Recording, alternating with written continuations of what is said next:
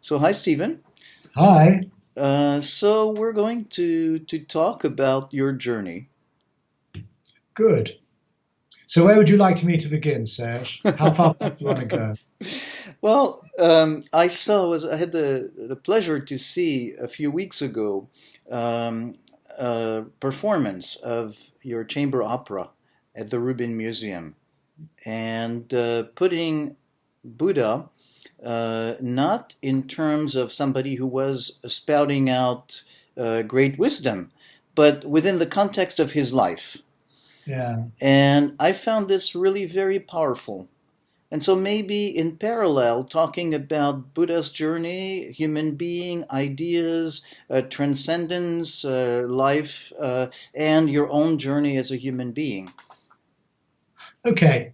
Um, the I suppose all of my adult life I've been working as a practicing Buddhist. Initially as a monk in India and then in Korea, and more recently, since I've been back in the West, as a writer and a teacher. And that's really, over the last 40 years, all that I have done. And everything that else, like writing operas and so on, is a spin-off from this basic vocation that I've had.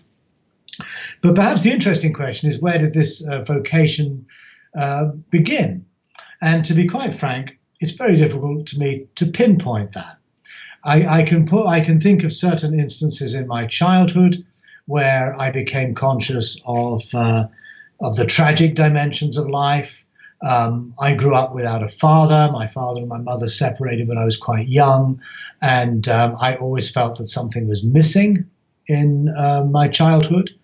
Um, I was also very much part of the 1960s generation, which kind of threw everything up in the air and introduced very, non-European ideas of Buddhism, of Taoism, of Hinduism. Um, there was an opening in the 60s to cultures way beyond those in which I had grown up. There was also the exploration of mind expanding substances like LSD and so on, which I was also involved with. And I guess all of those things together um, sort of came to a head when I left high school at the age of 18 and had done very badly in my high school graduation. I effectively had failed that. And this gave me what I now think of as an opportunity.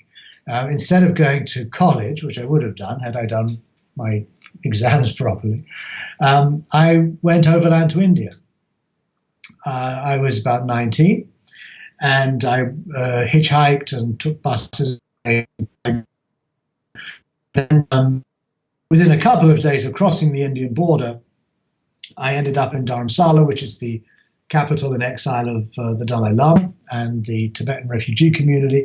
And effectively, that's where I stopped my traveling and turned my attention inwards. And from that moment, really, I became fully focused on Buddhism. Now, I was So, interested in, so, sorry, so yeah, go yeah, ahead. um, we're talking about the sense of moments where inflection points, changes, and things of that nature.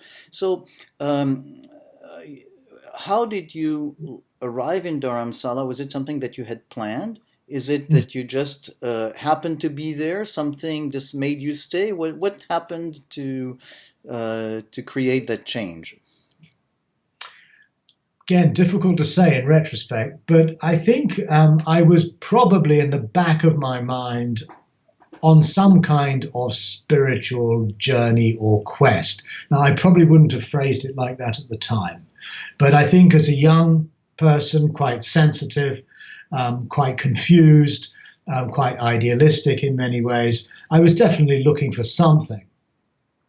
I hadn't intended when I left England to go to India. I hadn't intended when I arrived in India to go to Dharamsala.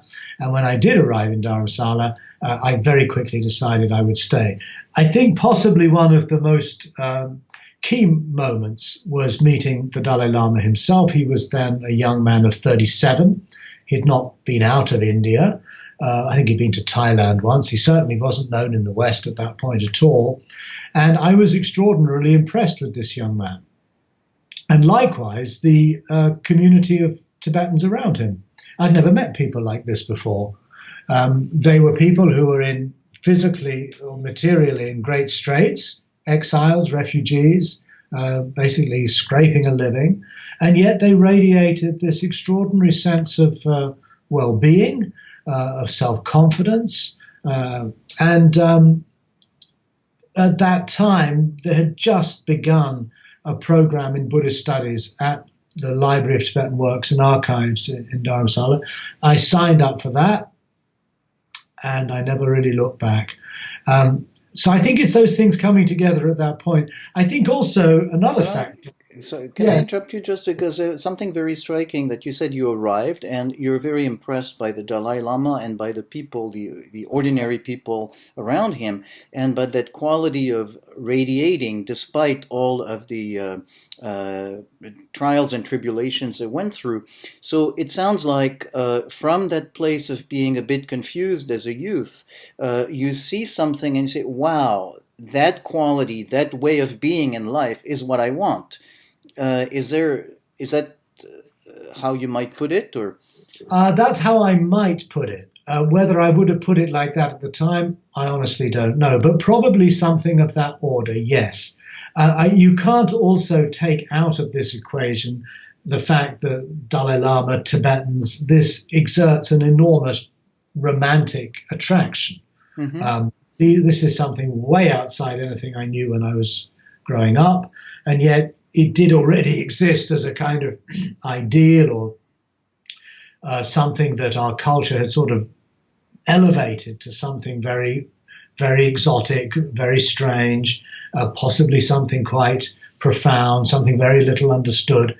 And I think another factor was that I found myself here with an opportunity to explore something about which we knew very little in the West.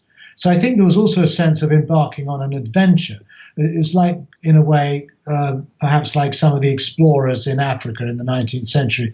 You have an uncharted territory, and that exerts a tremendous attraction to actually explore that, see where it goes. There was very little available in English in those days.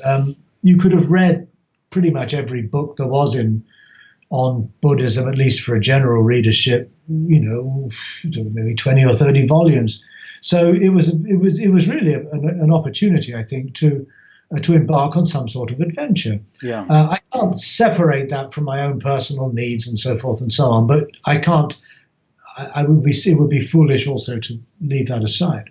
Mm-hmm, mm-hmm. Yeah. So that it's really the context of adventure, of leaving, of traveling, of meeting, and in that adventure, meeting people who are remarkable, so that the adventure is not just about seeing something different, but is really that potential of self-development, enrichment, stimulation. That's correct, and I think it also needs to be borne in mind that I wasn't all by myself. There were a number of people of roughly the same age, same background, same interests, same anxieties as me, who were also traveling to India at that time and landing up in places like Dharamsala. So you felt as though you were part of a kind of a communal adventure as well. There was a generational fascination. Mm-hmm. But in any case, that's what I put my money on. And being a rather stubborn person, I stuck at it.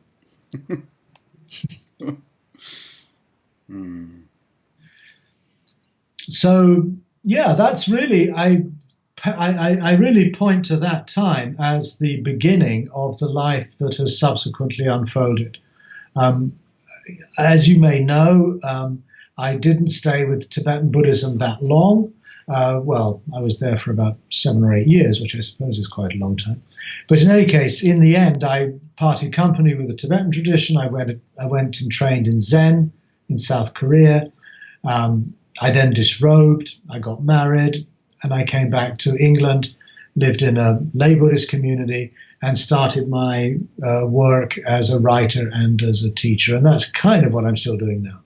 Yeah. And so the disrobing, goes together with that concept of being an agnostic and not wanting to be trapped in dogma? I suppose so. It's a little bit more complicated than that. Agnosticism was not really an idea that I really started to develop as an element in my understanding of Buddhism, probably until 20 years after I disrobed, 15 or 20 years.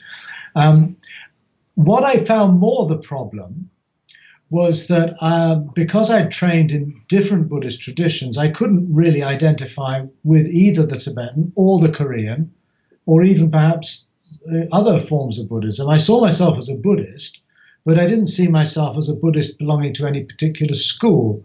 And that makes it quite difficult to remain a monk or a priest, because you have different allegiances, and you want to represent something that, is true to who you are and what you're doing. I didn't want to dress up in the uniform of a Tibetan or a Korean or a Sri Lankan monk. And also, I also was having serious doubts about the value of monasticism in general. Monasticism provided me with a wonderful opportunity for training, in other words, for having no distractions to take me away from my interest in Buddhist ideas, in meditation, study, and so forth and so on. But after I completed that process, after about 10 years as a monk, I felt very much that I wasn't cut out really for the monastic lifestyle anyway. It had served its purpose, at least for the time being, and I really did not want to continue as a monk. Agnosticism is an idea I've subsequently put a lot of time and thought into, but I don't think it's really quite fair to say that was the reason I disrobed. So it's following a sense that you had gotten what you needed out of that lifestyle and that environment, but then felt cramped by it and needed to step out. Yeah, cramped is a good word. I'd almost say constrained. I felt that I was somehow stuck in a role that was not able really to fulfill what I deeply wanted to do. So yes, it was a constraint. And subsequently in my writing and my teaching, I felt similarly constrained, or cramped, if you like, by some of the doctrines, the Buddhist doctrines. And I think here we move into the agnostic idea. I had great difficulty accepting some of the traditional Buddhist ideas, like reincarnation, the law of karma, different realms of existence, supernatural powers, this sort of experience as really essential to what the Buddha taught. And more and more I sought to divest myself of these, what I would probably now call somewhat atavistic beliefs, in such a way that I could liberate my Buddhist practice from being, constrained by those ideas. And I did find, in fact, that in doing so, it opened up the possibilities of living a Buddhist life that was much more able to engage with the contemporary world in which we live here in modernity. So all of this kind of went together. But it's at that point where I advanced the idea that we could be agnostic about reincarnation, about law of karma, which means you don't have to reject these ideas, because that would be equally arrogant in a way, because you simply cannot know whether you're going to be reborn after death or whether there's some law of karma governing things. I don't have a clue. But I don't think it's necessary either to believe in them or to reject them. And that's why I consider myself agnostic around those things. I'm happy just to settle with the fact that I don't know. And also to acknowledge that I don't think these are actually very essential questions anyway. Whether they exist or not, whether rebirth exists or not, it's kind of irrelevant. It doesn't play any significant role in how I respond to the situations of life as they present me as they present themselves to me on a moment-to-moment basis. Yeah, so I'm hearing a sense of negotiating with limitations, with the limits, constraints, and finding a path of liberation from that. That's correct, yeah. Which I think is very much in tune with what the Buddha taught. Mm-hmm. You see with the story of the Buddha too. He also was not willing to stay with the constraints of his domestic life. He wasn't willing to stay within the constraints of traditional Indian religious belief. He sought to somehow divest himself of those limits, and as a result, he opened up a way of life that I think still has considerable validity and appeal today. But I don't believe that traditional Buddhism is able really to address the full range of issues that confront us in this day and age. So, but interesting when you say the Buddha freed himself from the constraints. I think you also point out that he's not somebody who stayed in the confines of a convent or a monastery, or just meditating aside from society. He very much came back to society. So in a way, he's somebody who, on the one hand, freed himself from some constraints, on the other hand, was very much interacting with the society of his time. Oh, absolutely. It's really, I think, an illusion to think of the Buddha as someone who created a monastery and then spent the rest of his life meditating. This is completely at odds with the way the early community was established. It's at odds with how the Buddha's own teaching life is described in the early texts. This was a man who didn't believe in monasteries. He created what we would call a community of wandering mendicants, a bit like the Franciscans in the West. And the only time the monks and the nuns would gather together as a community would be during the rains period, when, in other words, they simply didn't have much choice but to sort of just camp in a park somewhere and meditate and discuss things. But it's only later that Buddhism became a monastic religion in the way that we understand it now. So yes, he was very much someone who, in his own life and also in how he encouraged others to live, was to be one that was maximally socially engaged, which would mean that throughout his teaching career of about 45 years, much of that time was spent wandering from village to village, from town to town, from city to city, and just interacting with the community as was appropriate in those days.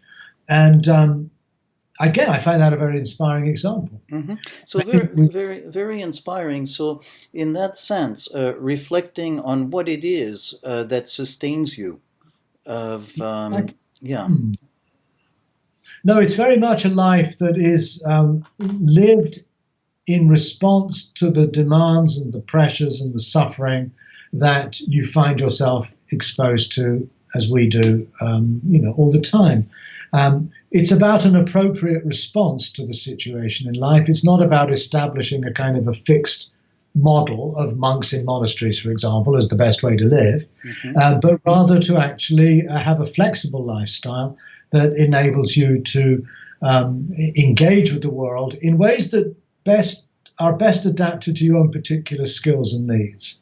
So one of the projects that you've already alluded to in this interview is this opera, Mara, that I've been working on for some years. This is a very unconventional way to present Buddhism, but it's something that I feel through the connections with a composer and a theatre director and others that has suddenly come to fruition. And this has enabled me to engage with a form of art, really, that I would never have imagined I would have done in the past.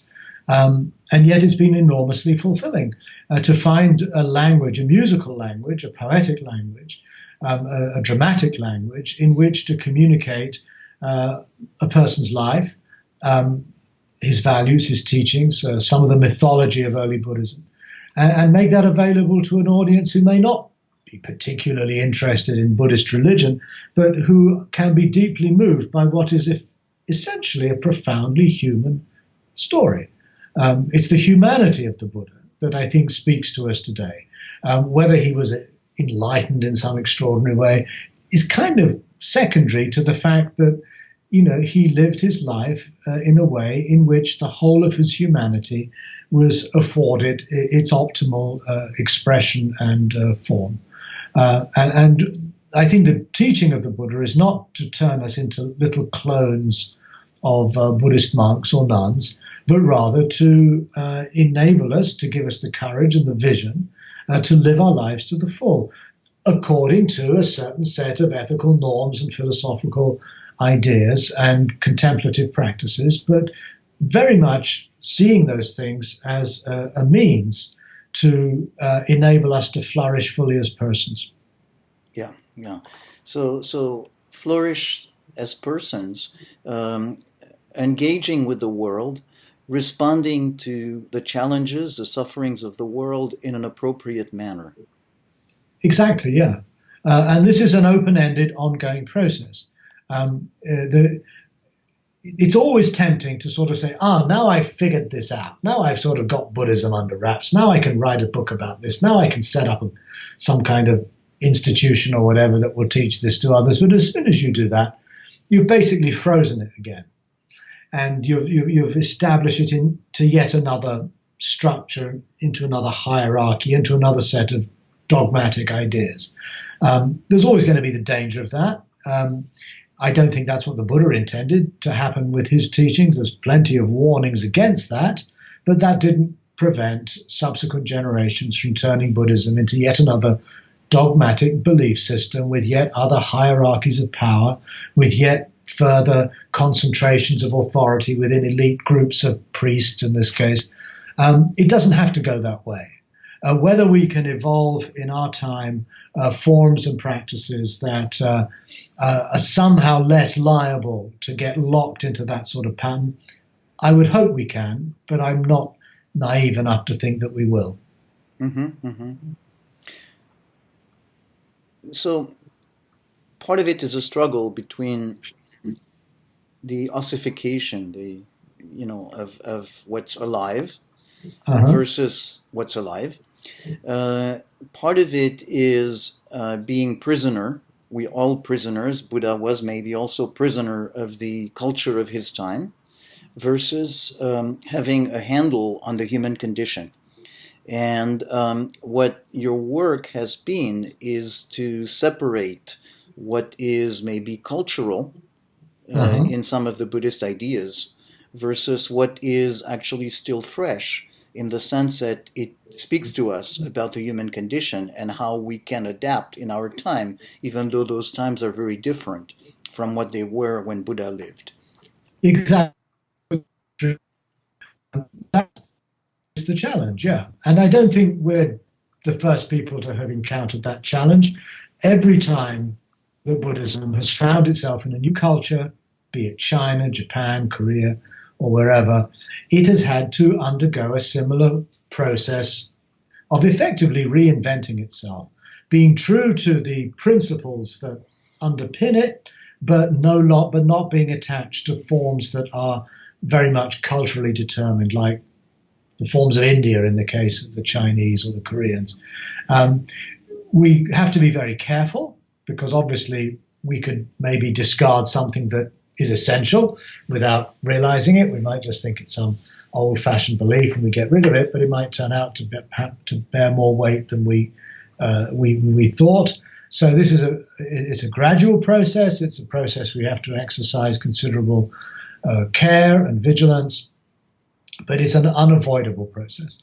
And the difference between modernity and the kinds of societies in which Buddhism developed in pre-modern Asia are considerable.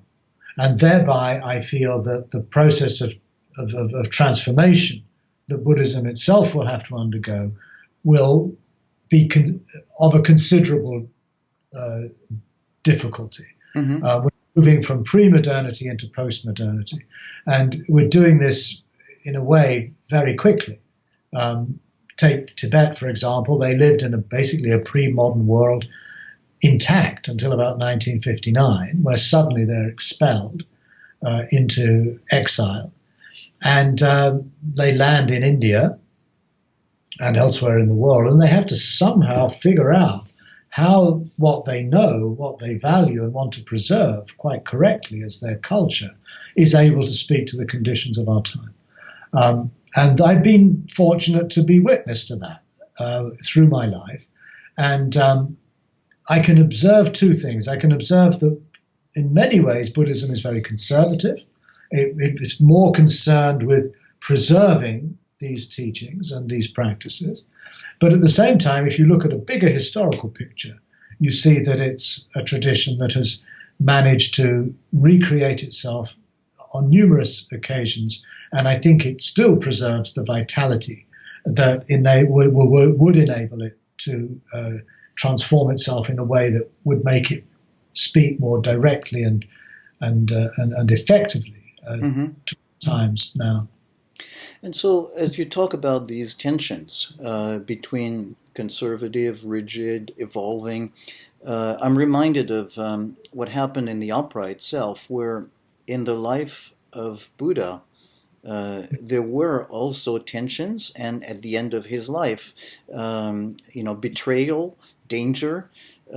So very much at odds with the very superficial idea we can have from the outside that being a realized Buddha would have changed his life to, in a way, be free from these kinds of pesky inconveniences. Well, it is true that in the West, I think we have a rather naive and idealistic picture of the Buddha. Buddhism has communicated to us a legend and a myth about the Buddha, which is a very beautiful myth. I'm not disputing that, but it has very little to do with the actual life that we can construct in quite some detail and I think accuracy from the earliest textual materials themselves. And there we do get a much different picture, which is the picture of the Buddha I try to present in the opera, of a human being confronted with very human realities and having to work with them and overcome them, a human being who is likewise in a mortal body, subject to sickness and aging and death like everybody else. And in this sense, just because he may be somehow realized or enlightened or whichever word we use there, that I feel only talks to his actual inner state of mind. I do believe that the Buddha was by and large at home in himself, that he had somehow resolved many of the conflicts within his own mind. But that doesn't mean that he can magically somehow transform the world around him or affect other people so that they don't cause him any trouble. He's as much caught up in the conflicts and the problems of the world as anybody else. And the story of the Buddha's life, as we show it in the opera, doesn't try to conceal that at all. And in fact, the opera is called Mara. Mara means the demonic, the devil, a figure the Buddha is described as being engaged with from the very beginning of his life right up until the very end.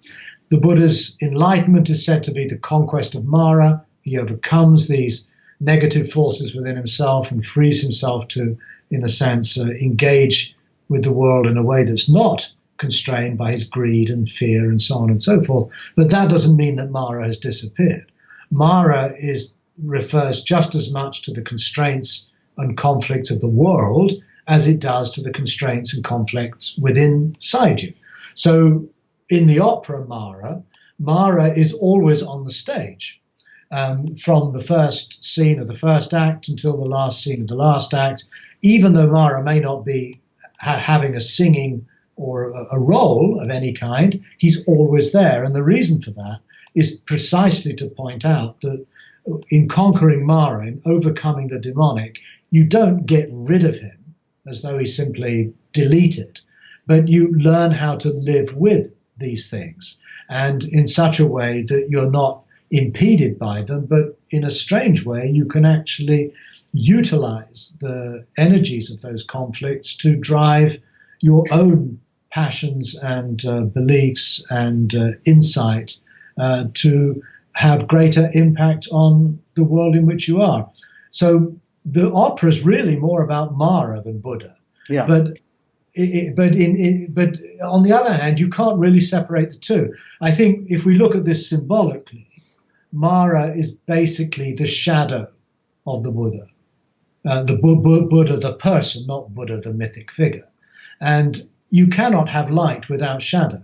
You cannot have shadow without light. The two go hand in hand. And modern psychology, I think, is very aware of that. And I think it's equally implicit in the Buddha's story, too, that even though he had attained enlightenment and he had all these followers and kings were looking to him for advice, he was still working with his own conflicted humanity.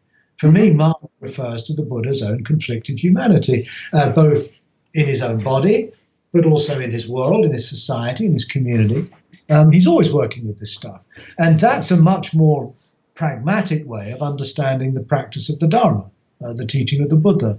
It has to do not with believing that one day that you'll be rid of all your problems, but rather learning how to work with your problems on a moment-to-moment basis. And so that every moment in your life, you are faced with the challenge of overcoming Mara. And whether you're the Buddha or whether you're just some ordinary person on the street, that is our condition. We are constantly being constrained or distorted in our views, or somehow in the grip of some fear that prevents us from living a genuinely flourishing life. Yeah. Problem with Mara, or craving or greed or hatred, all these things that Buddhism thinks of as a problem, is not that they cause you suffering, although they obviously do sometimes, but really the real nature of that problem is because it keeps you stuck. It keeps you trapped. It keeps you from being unable to realize the potential that you have as a person or as a community or as a society. Mm-hmm. That goes to the very core of what the Buddha's teaching is about. But so, comes across very strongly visually in the opera is Mara is always present. In a conventional sense, Buddha lost because he dies at the end, and the presenting problem at the beginning was that the problem of death, that he was hidden this whole thing. So in a way, he loses. Yes. But the message is that the human condition is to engage with actually the problem of death or the problem of Mara or the problem of suffering, and to realize that it's not going away and that it's a moment-by-moment engagement that is the legacy of Buddha. No, in fact, the opera has two acts. The first act is the conquest of Mara. You could, tongue-in-cheek, think of the second act as the conquest of Buddha. Yeah. Because the first act shows the Buddha's victory over Mara, the enlightenment. Everything looked great. Second act, basically, Mara gets his own back. Now, you could think of this as a failure. I don't think of it that way, any more than I think of Christ's crucifixion on the cross as a failure. It's a paradox. It's basically a victory that is won through defeat. And whether it's the Buddha or whether it's Christ, it's the same. Both end up dead. Both end up having been abandoned by their followers, or some of their followers. Both end up being persecuted and nailed to a symbolic cross, as it were. And yet, their life as a whole, when we judge it in retrospect, is an enormous vindication of what is humanly possible. In other words, the Buddha may have, fallen prey to the forces of Mara that led him to sickness, aging, death, and abandonment and denunciation, all these things, but his teaching survived. Mm-hmm. The Dharma survived. And the legacy he left is still with us today. Now, that's an extraordinary achievement. For a person who lived in the 5th century BC to still be the topic of a podcast in 2017. Very few people's lives will have that will continue to have an impact that long after their deaths. In fact, you can probably count the number on one hand. You've got Socrates, you have Jesus, you have the Buddha, you have Moses, perhaps, or whatever, or Muhammad. Very few people have realized what these men had achieved, and hardly anybody can talk of, can live a life that will continue to be an example for people living centuries later in the future. But in this case, we could sum it up with a handle, the power of the spirit, but it's actually the example of Buddha that gave ways of approaching the world that then has been followed by people. So it's the fact that human beings have continued to walk in these footsteps. And that's how, the spirit is not something that is out there, but is an example that has inspired people to apply this approach in their life, and that's why it's continuing. Exactly, yeah. I'm wary of expressions like the power of the spirit. I know what it means, and it's a useful shorthand, but it does have the suggestion that there's some kind of transhuman something or other, a spirit or God or something that's kind of running the show behind the scenes. We don't need that. I think it's interesting you use the word inspiration. Now, inspiration, of course, contains the word spirit.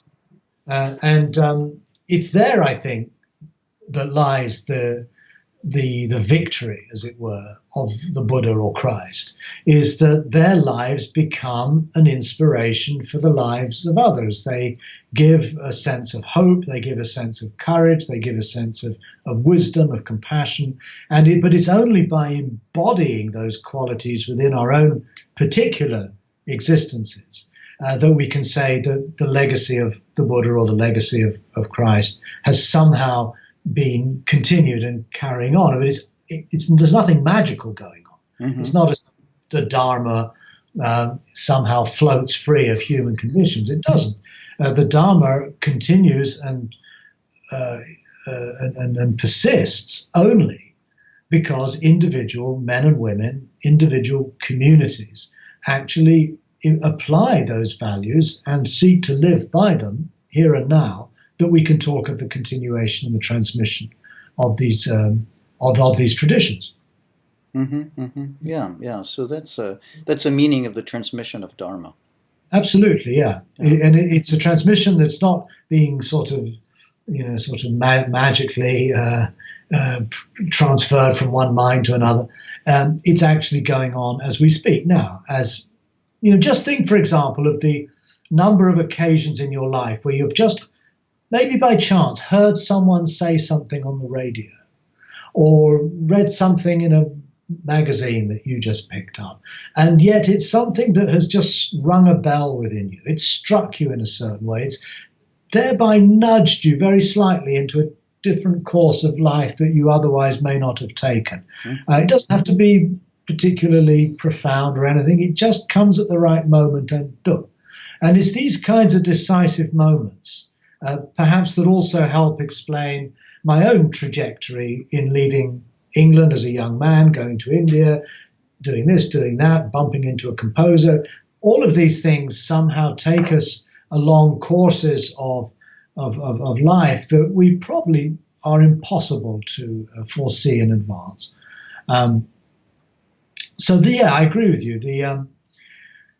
It's these little moments that can have enormous impact on us. And I don't know the consequences of this opera, for example, or my books, but all I can do is hope that in producing such works in good faith, hopefully with a good intention, they can continue to somehow, transmit the sorts of ideas that I've been engaged with for pretty much all of my life. Great. So, Stephen, is this a good place to end? I think that was a fairly good way of wrapping up our conversation section. Yes, I do. I think we could maybe pause there. And it's been very nice talking to you. And to those of you who are listening to this, I hope you've enjoyed it. You can find more about my work, particularly in my most recent book called Secular Buddhism, which is a collection of essays. It's quite accessible, published by Yale University Press, came out earlier this year. And you can also go to my website, which is www.stephenbatchelor.org, and you can find out what I'm doing, where I'm going, and hopefully one day you'll have a chance to see Mara, the opera, which we're now working on trying to find a company that will be willing to put it on. Thank you. Thanks, Stephen. Thank you, Serge.